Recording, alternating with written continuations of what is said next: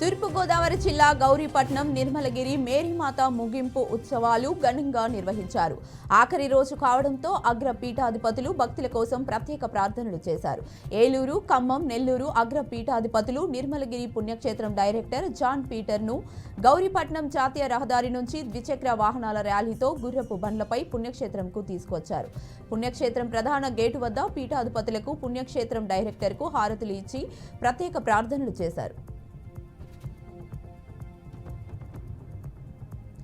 కల్వకుర్తి పట్టణ కేంద్రంలోని సీకేఆర్ ఫంక్షన్ హాల్లో సుంకిరెడ్డి రాఘవేందర్ రెడ్డి మెగా జాబ్ మేళా నిర్వహించారు.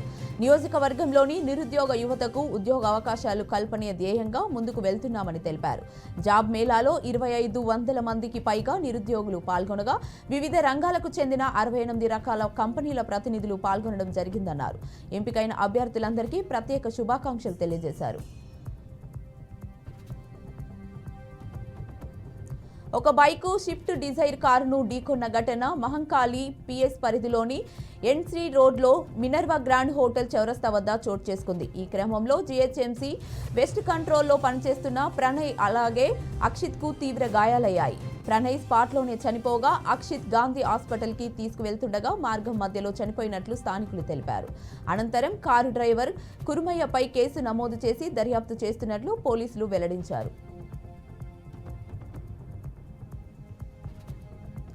మగ శిశువు విక్రయం కామారెడ్డి జిల్లా కేంద్రంలో కలకలం సృష్టించింది. కామారెడ్డి మండలం క్యాంసంపల్లికి చెందిన పల్లపు రాజమణి నర్సింహులు దంపతులకు మగబిడ్డ పుట్టగా ఈ నెల 19న మధ్యవర్తుల సమక్షంలో సిరికొండ మండలంలోని ఓ గ్రామానికి చెందిన వారికి బిడ్డను 55,000 రూపాయలకు విక్రయించారు. అమ్మిన వారికి మధ్య డబ్బులను పంచుకునే విషయంలో గొడవ జరుగుతోందని పోలీసులకు సమాచారం అందింది. అక్కడికి చేరుకున్న ఏఎస్ఐ రంగరావు, కానిస్టేబుల్ వెంకటేష్ మగ శిశువు విక్రయం జరుగుతున్నట్లు గుర్తించారు. వారి నుంచి శిశువును స్వాధీనం చేసుకుని బాలల పరిరక్షణ అధికారులకు అప్పగించారు. బాధితులైన వారిపై కేసు నమోదు చేసినట్లు పట్టణ సీఐ చంద్రశేఖర్ రెడ్డి వివరించారు. పెద్దపల్లి జిల్లా చికురాయి గ్రామంలోని సెంటెన్స్ హై స్కూల్లో అమర్నాథ్ అనే అబ్బాయి 9వ తరగతి చదువుతున్నారు. పాఠశాలకు మాల వేసుకొని రావడంతో స్కూల్ యాజమాన్యం విద్యార్థిని 2 గంటల పాటు ఆరు బయట నిలబెట్టి మాల దుస్తులు తొలగించి స్కూల్ యూనిఫామ్ వేసుకొని వస్తే అనుమతి ఇస్తామన్నారు. విద్యార్థి ఇంటికి వెళ్లి తల్లిదండ్రులకు తెలపడంతో మాల వేసుకున్న గ్రామస్తులు స్కూల్ వద్దకు చేరుకొని ఆందోళన చేశారు. స్కూల్ యాజమాన్యం విద్యార్థికి సారీ చెప్పడంతో అక్కడి నుండి వెళ్లిపోయారు. ఖమ్మం జిల్లా టేకులపల్లి మండలంలో జరుగుతున్న పలు ఉపాధి హామీ కూలీ పనులను కలెక్టర్ జితేష్ బి పాటిల్ పరిశీలించారు. కూలీలతో పాటు సరదాగా సుమారు 45 నిమిషాలు కలెక్టర్ పనిచేసినారు. రైతులు రాబోయే రోజుల్లో నీటి ఎద్దడి దృష్ట్యా అందరూ ఫారం ఫండ్ నిర్మాణాలను పెద్ద ఎత్తున నిర్మించుకోవాలన్నారు. ఎక్కువ ఆదాయం వచ్చే మునగ పంటల సాగును చేపట్టాలని రైతులకు తెలియజేశారు. కోనసీమ జిల్లా రావులపాలెం తెలుగుదేశం పార్టీ క్యాంప్ కార్యాలయం వద్ద స్థానిక శాసనసభ్యులు సత్యానందరావు ప్రజా దర్బార్ నిర్వహించారు. ప్రజల వద్ద ప్రజల వ్యక్తిగత అవసరాలైన ఇళ్ల స్థలాలు, వృద్ధాప్య పింఛన్లు, పలు సమస్యలపైన వచ్చిన వినతులను ఎమ్మెల్యే సత్యానందరావు స్వీకరించారు. ఈ సమస్యలపై సంబంధిత అధికారులతో మాట్లాడి పరిష్కరిస్తానని తెలియజేశారు.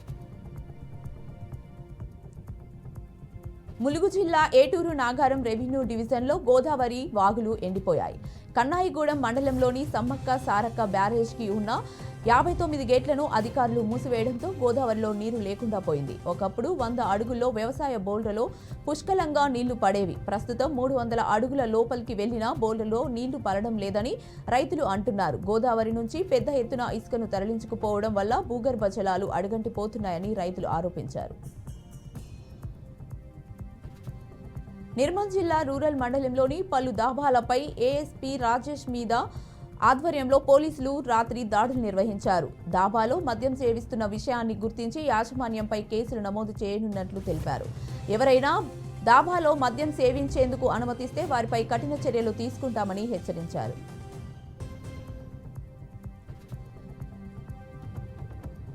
కృష్ణా జిల్లా బంటుమిల్లి మండలంలోని పలు గ్రామాల్లో మట్టి మాఫియా రెచ్చిపోతుంది.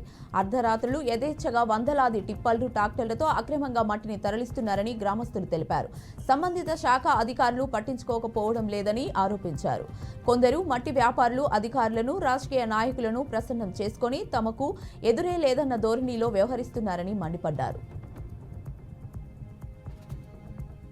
మంచిర్యాల జిల్లా చెన్నూరులో జిల్లా కలెక్టర్ కుమార్ దీపక్ దసలి పట్టు కృషి మేళాను ప్రారంభించారు. తెలంగాణ, ఛత్తీస్గఢ్ రాష్ట్రాలకు చెందిన పలు రకాల పట్టు వస్త్రాలను కొత్త టెక్నాలజీ ఉపయోగించి అధిక లాభాలను ఇచ్చే పరికరాలను ప్రదర్శనలో ఉంచారు. అనంతరం పట్టు రైతుల కోసం రూపొందించిన పుస్తకాన్ని జిల్లా కలెక్టర్ ఆవిష్కరించారు. గత 40 సంవత్సరాల నుంచి పట్టు పరిశ్రమలో సేవలందించిన పట్టు రైతులకు ప్రశంసా పత్రాలు అందజేశారు. నెల్లూరు జిల్లా 106వ జీవోను రద్దు చేయాలని సిపిఎం నాయకులు చెల్ల కొలుసు మల్లికార్జున డిమాండ్ చేశారు. బుచ్చిరెడ్డిపాలెం మండల తహసీల్దార్ కార్యాలయం వద్ద ఆటో కార్మికుల సమస్యలపై పార్టీ నాయకులతో కలిసి నిరసన చేపట్టారు. వాహనదారుల సమస్యలను పరిష్కరించాలని ఎంఆర్ఓ అంబటి వెంకటేశ్వర్లకు వినతి పత్రం అందజేశారు. ప్రైవేట్ పరం చేస్తే అధిక మొత్తంలో పనులు చేసే అవకాశం ఉందని ఆవేదన వ్యక్తం చేశారు. సెన్సార్ సిస్టమ్ను రద్దు చేసి పాత విధానం కొనసాగించాలని ఆయన డిమాండ్ చేశారు. ఆటో కార్మికులకు వాహనం మిత్రను అమలు చేయాలని కోరారు. భువనగిరి జిల్లా వలిగొండ మండలంలోని దాసిరెడ్డిగూడెం గ్రామంలో టీఆర్ఎస్ పార్టీ పోలిట్ బ్యూరో సభ్యులు సాంబశివరావుని 14వ వర్ధంతిని ఘనంగా నిర్వహించారు. ఈ కార్యక్రమానికి ముఖ్య అతిథిగా మాజీ శాసనసభ్యులు శేఖర్ రెడ్డి, బీఆర్ఎస్ పార్టీ జిల్లా అధ్యక్షులు రామకృష్ణారెడ్డి హాజరయ్యారు.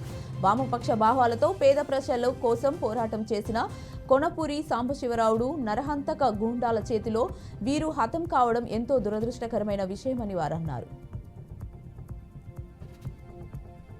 ఖమ్మం జిల్లా తల్లాడ మండలం వెంగన్నపేటలో మిషన్ భాగీరథ పైప్ లైన్ పగిలి నీరు వృధాగా పోతున్నాయని రైతులు తెలిపారు. ఈ క్రమంలో అధికారులు నిర్లక్ష్యం వల్ల ఇలా జరుగుతుందని వారు ఆందోళన వ్యక్తం చేశారు. వెంటనే సంబంధిత అధికారులు చర్యలు తీసుకోవాలని రైతులు కోరారు.